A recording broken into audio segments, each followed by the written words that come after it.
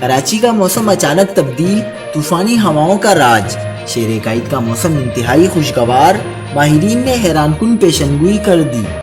تازہ ترین ویڈیوز کے لیے چینل کو سبسکرائب کر کے بیل آئیکن اور آل نوٹیفیکیشن پر کلک کریں۔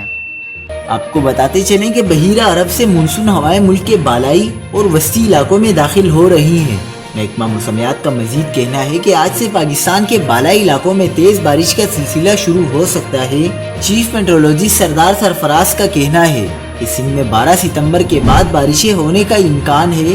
اس دوران مختلف شہروں میں اربن فلڈنگ کا بھی خدشہ ہے۔ محکمہ موسمیات کا کہنا ہے کہ شہر میں تیز ہوائیں چل رہی ہیں، اس دوران بوندا باندی بھی ہو سکتی ہے۔